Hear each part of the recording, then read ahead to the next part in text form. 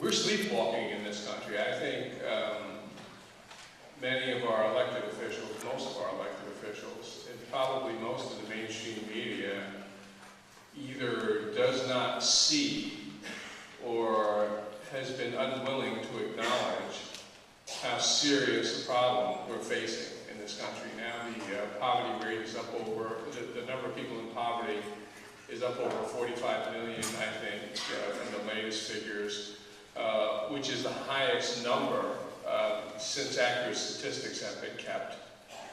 I was just up in suburban Connecticut a couple of days ago at a food pantry, and the woman scoffed when I mentioned that the recession officially is over. She said, "Whoever said that doesn't know what he's talking about." And she's seeing more and more people coming into the food pantry, but not just more and more people, but more and more people who thought that they were solidly rooted in the middle class. The bottom is falling out of the middle class. The ranks of the poor are rising, and we're sleepwalking through this crisis. I think the country is headed toward a dark time.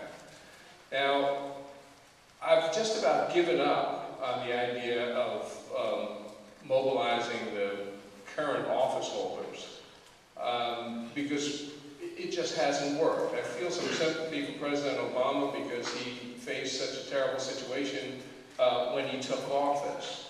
But I don't think that the scale of the remedies that the Obama administration and the Democrats in Congress have come up with have been adequate to the size of the problems that the country is facing. And of course, the Republicans have just taken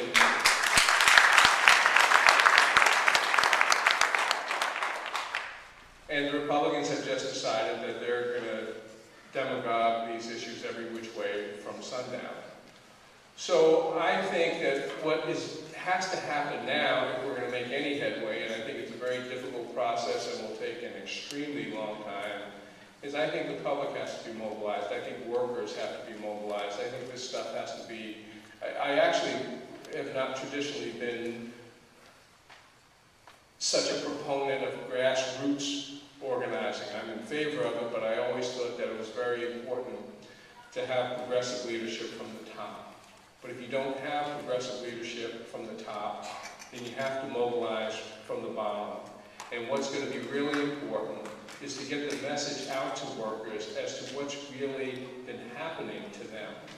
That it has to be understood, or try to get workers to understand what this economic inequality will do, not just to them and to their families, but also to the country in the long run. I would take my cue from the civil rights movement, from the women's rights movement, from the gay rights movement, from the environmental movement.